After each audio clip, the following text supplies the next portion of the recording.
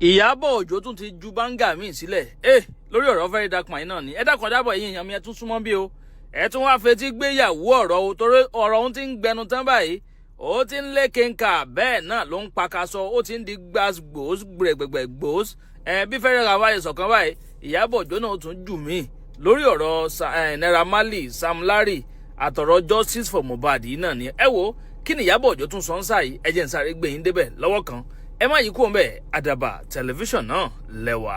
Truth. Verydarkman came out to do that video. I know that they've called you to tell you that I have petitioned them, right? NCCC, they've called you to tell you that I have petitioned them. So you have to come out and do your normal manipulative tactics. I'm a very wise woman. I know when to fight. I know when to listen. And I know when to speak. I'm not like you that speaks from the both side of the mouth. I'm not like you that is very, very manipulative, deceitful, corny. I'm far different from you. That's the difference between me and you. You've tried in all your might to bring me down, but you cannot. Because who God has made, no man can destroy. No man can destroy. I'm so glad that you yourself sat to see a lot of videos of you circulating on this same internet space. Videos that you made. Or you insisted that they cancel Naira Marley. With your own mouth. Videos that you made against them. Numerous videos. Before you decided to take a turn. So that you can know that you speak from the both side of your mouth. And people should not take you serious.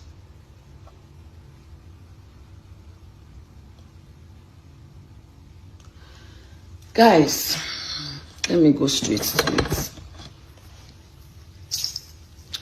So, yes, I was invited by the, police people? They call them the National Cyber Bullying stuff, right? And I was on my way to Tanzania for Priscilla's wedding when I was called upon. I saw the letter. I sent it to my lawyer. I put a call through. I sent a message that I'm not going to be around, but when I come back, I would honor their invitation. So I traveled and came back. When I came back, they responded with a letter and asked me to pick a date. I picked the date. And we went, me and my lawyer, we got to Abuja. I didn't know why I was invited, but I had an idea. But I just didn't know which of it was, But later, I had an idea of why I was going there, so I went. When I got there, I met with Officer Suleiman. He was the one in charge of the case. I was also taken to see another senior officer, the lady. And Officer Suleiman took me in, and I was asked to write my statement. You know, when you want to first write statement, they will say you should write about when you were born, your this and that, your family, your address, your I wrote. When I was done, they asked me that what's my relationship with Naira Marley. That what exactly did Naira Marley do to me? I said Naira Marley. I don't understand. He said, yes, now that Naira Marley is the one that wrote the petition. That, you know, I should also explain my own side of the story. So I started explaining my side of the story. I talked about, yes, I used to promote Naira Marley's song through my TikTok video. I've never met Naira Marley before, which I thank God that when he came eventually, and I asked him before those police people, have you ever seen me before? He said no. So let me go back. So yes, I said, I used to promote a song until when Mohbad died. I was in America.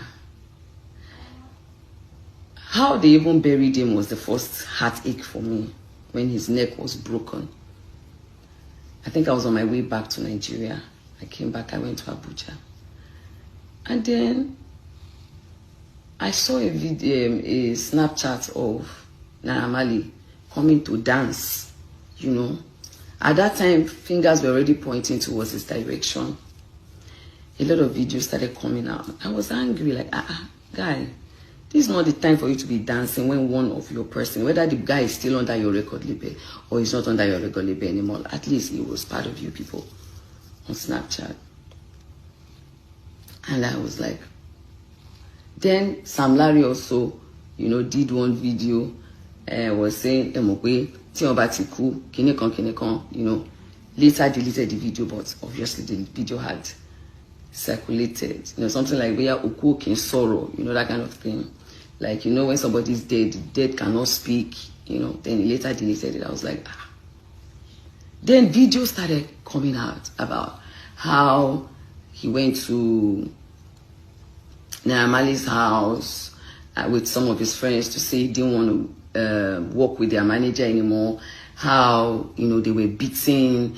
He landed in the hospital. We saw the bruises. He said, if anything happened to me, you know, they should hold Naira Marley. How there was so many videos just flying around.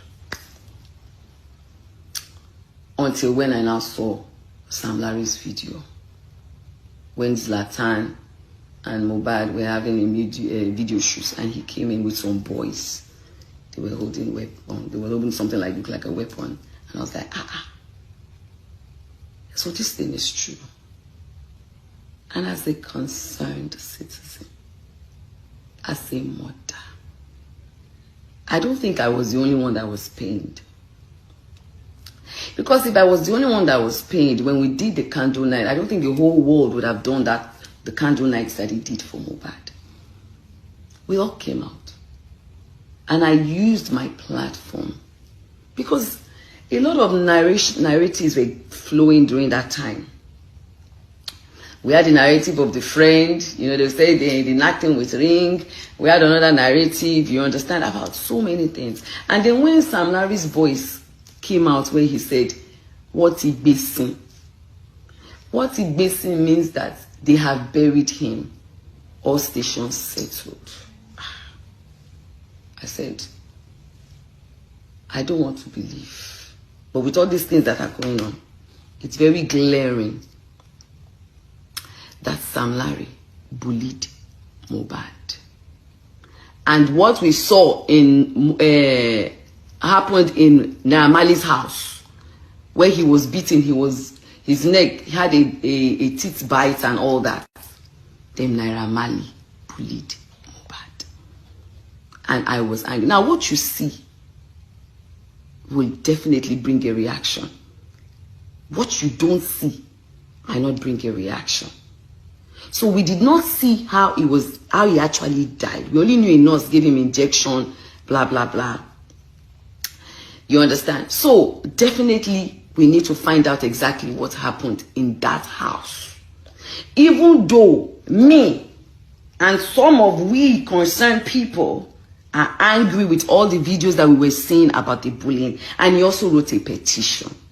And he sang it in his songs. And he wrote it on Twitter. He put it there on Twitter.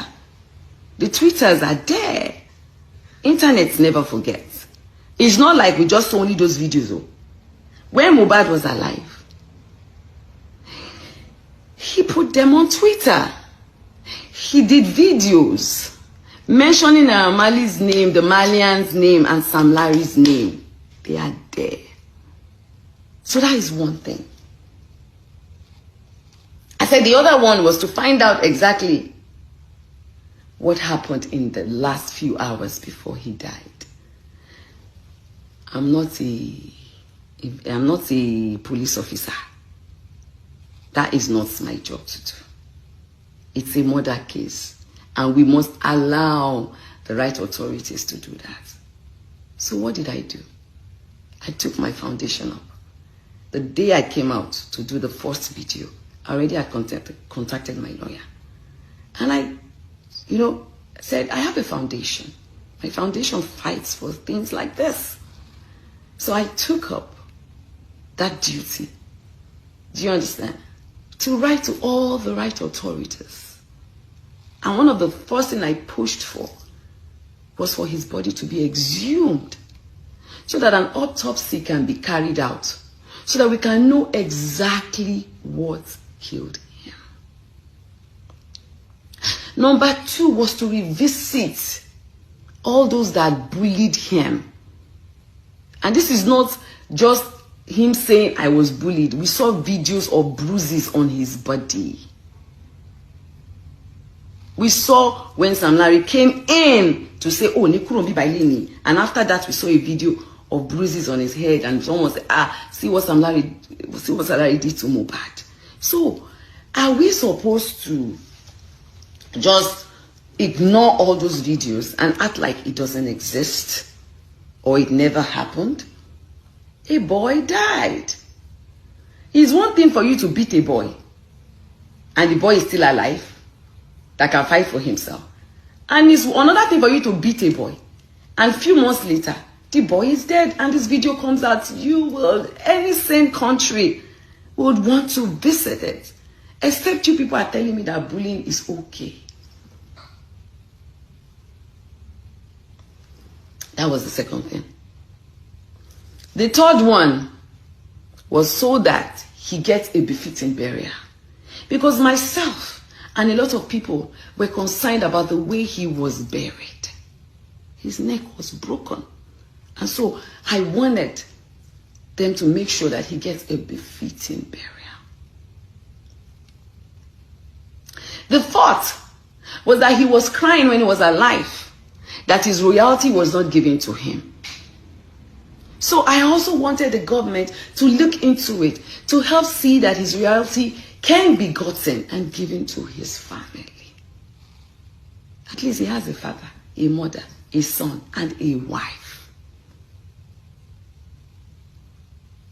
I don't know whether these things I did were wrong. That was what truly happened. So, I'm still coming back. Let me finish. So they asked me to write everything I know down, and I wrote. Then they brought out a video. A 3-second video of where I said, Naira Marley, this is not London, where you think you can do and get away with anything. They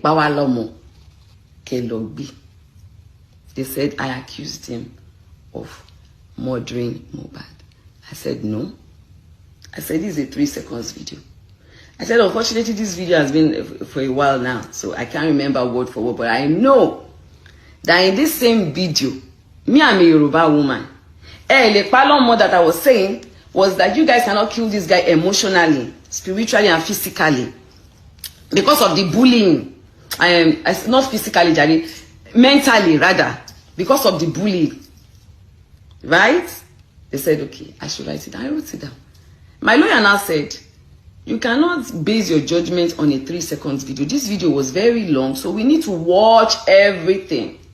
And I said, because in this same video that people are claiming, I said it that. I said, le pasaye, kendi kuloma ajishe long. I said, me, I'm a Yoruba woman. Do you understand? And that is how we speak. I said, but in the same video, I said, I'm not saying you're the one that killed him. I'm talking about the bullying. That, okay, if you did not bully him, and your Malians were bullying him, and Sam Larry was bullying him, what did